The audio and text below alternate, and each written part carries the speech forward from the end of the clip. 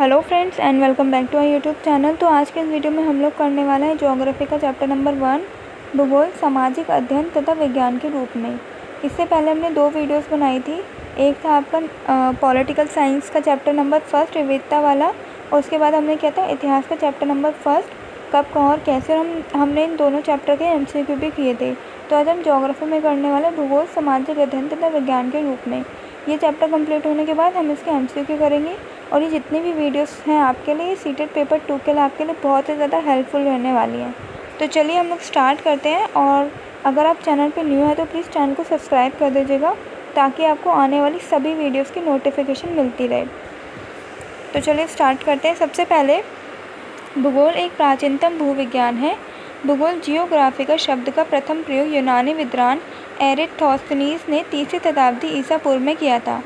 एरिस्थोस्थनीज को ही भूगोल का जनक कहा जाता है। तो फर्स्ट मार्क्स में क्वेश्चन आ सकता है कि भूगोल का जनक किसको कहा जाता है? एरिस्थोस्थनीज को भूगोल का जनक कहा जाता है। जियो का अर्थ होता है पृथ्वी और ग्राफी का अर्थ होता है वर्णन करना। इस तरह भूगोल का शाब्दिक अर्थ है जो पृथ्वी के धरातलीय सतहों का वर्णन करता है, और दूसरे शब्दों में भूगोल विस्तृत पैमाने पर सभी भौतिक एवं मानवीय तथ्यों की अंतक्रिया और उन अंतक्रियाओं से उत्पन्न स्थल रूपों का अध्ययन करता है। तो इसमें मेन इंपॉर्टेंट ये है कि भूगोल का जनक किसको कहा जाता है। ये 1 मार्क्स में आपसे पूछ सकते हैं, इंपॉर्टेंट है ये। उसके बाद भूगोल बताता है कि कैसे, क्यों, कहाँ मानवीय एवं प्राकृतिक क्रियाकलापों का उद्भव होता है, और कैसे ये क्रियाकलाप एक दूसरे से अंतर संबंधित होते हैं। आधुनिक भूगोल का जनक जो है वो हमबोल्ट तथा रीटर को माना जाता है। देखिए, आधुनिक भूगोल का जनक किसको माना जाता है? हमबोल्ट तथा रीटर को माना जाता है। भूगोल की अध्ययन विधि परिवर्तित होती रहती है। पारंपरिक विद्वान वर्णनात्मक भूगोलवेत्ता थे। देखिए, पारंपरिक विद्वान जो थे वो कैसे थे? वर्णनात्मक भूगोलवेत्ता होते थे। इसके बाद भूगोल के अध्ययन की जो शुरुआत है एक सामाजिक अध्ययन के रूप में हुई थी।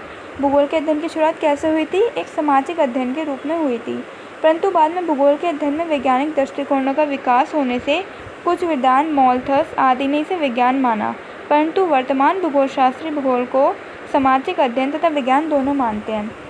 देखिए, वर्तमान के जो भूगोलशास्त्री हैं वो भूगोल को क्या मानते हैं? सामाजिक अध्ययन भी मानते हैं और विज्ञान दोनों ही मानते हैं। इनका मानना है कि भूगोल की विषय वस्तु सामाजिक अध्ययन से संबंधित है, लेकिन अध्ययन की पद्धति से ये वैज्ञानिक है। इसके बाद हम पढ़ेंगे भूगोल सामाजिक अध्ययन के रूप में। भूगोल के अध्ययन की शुरुआत सामाजिक अध्ययन के रूप में शुरू हुई थी। इसमें भूगोलिक घटनाओं को केवल विवरण दिया जाता था। इसमें क्या किया जाता था? केवल भूगोलिक जो घटनाएं होती थी उनका केवल विवरण दिया जाता था। भूगोलिक घटनाओं के कारण तथा प्रभाव का वैज्ञानिक अध्ययन नहीं किया जाता था। सामाजिक अध्ययन के अंतर्गत जैसे इतिहास, नागरिकशास्त्र, समाजशास्त्र आदि की तरह ऐसे वर्णनात्मक या विवरण विषय माना जाता है। भूगोल को सामाजिक अध्ययन मानने वाले विद्वान टॉलमी, एरिस्थोस्थनीज इसमें तर्क और निष्कर्ष को स्थान नहीं देते।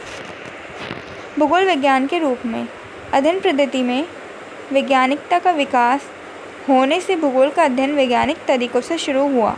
वैज्ञानिक पद्धति से भूगोलिक घटनाओं के कारणों का पता लगाया जाने लगा, साथ ही भूगोलिक घटनाओं के प्रभाव का वैज्ञानिक वर्णन किया जाने लगा। विज्ञान के मूल लक्षण कारण कार्य संबंध को भूगोल ने अपनाया जाने लगा। इसके बाद भूगोल की शाखाएं। देखिए, भूगोल की कई सारी शाखाएं होती हैं। विषय वस्तु के आधार पर भूगोल को अनेक शाखाओं में बांटा गया है, जैसे कि भौतिक भूगोल। भौतिक भूगोल के अंदर क्या होता है? इसमें हमारे वायुमंडल, स्थलमंडल, जैवमंडल सब आते हैं इसके अंतर्गत, ठीक है। मानव भूगोल में क्या होगा? मानव भूगोल में मानव से निर्मित पर्यावरण, समाज, मानव प्रजाति, ये सब किस में आएंगे? मानव भूगोल के अंतर्गत। आर्थिक भूगोल में क्या होगा? आर्थिक भूगोल में हमारे संसाधनों की खोज, उपयोग, उनकी बचत हम किस प्रकार कर सकते हैं, वो सब हमारा किस में आएगा? आर्थिक भूगोल में आएगा। इसके बाद एक है आपका global poisoning system. Global poisoning system एक अंतरिक्ष आधारित कार्यक्रम है। इंपॉर्टेंट है, ये आ सकता है, ठीक है। कार्यक्रम है, इसमें विज्ञान तथा भूगोल का व्यवहारिक प्रयोग किया जाता है। GPS की मदद से किसी वस्तु की स्थिति, आकार आदि का निर्धारण किया जाता है। साथ ही संसाधनों की खोज, संरक्षण में इसका उपयोग किया जाता है।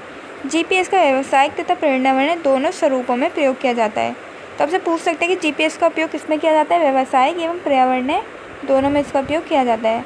इसके बाद आपकी नेक्स्ट शाखा है पर्यावरण भूगोल। पर्यावरण भूगोल में हम क्या करेंगे, जितने हमारे प्राकृतिक संसाधन और मानव निर्मित संसाधन है उसका इसमें अध्ययन किया जाता है। इसके बाद आपका प्रयुक्त भूगोल, इसमें आपका आएगा प्रयुक्त भूगोल शाखा के अंतर्गत भौगोलिक ज्ञान के व्यवहारिक प्रयोग पर बल दिया जाता है। इसमें भौगोलिक ज्ञान और कौशल का उपयोग सामाजिक, आर्थिक, पर्यावरणीय तथा अन्य संसाधनों के लिए किया जाता है। तो इस चैप्टर में बस इतना ही था आपका। ये एक बहुत ही छोटा सा चैप्टर है अभी, और इसके हम MCQ नेक्स्ट वीडियो में करेंगे। अगर आपको वीडियो पसंद आई तो वीडियो को like and share and subscribe करना मत भूलिएगा। Thank you so much for watching my video.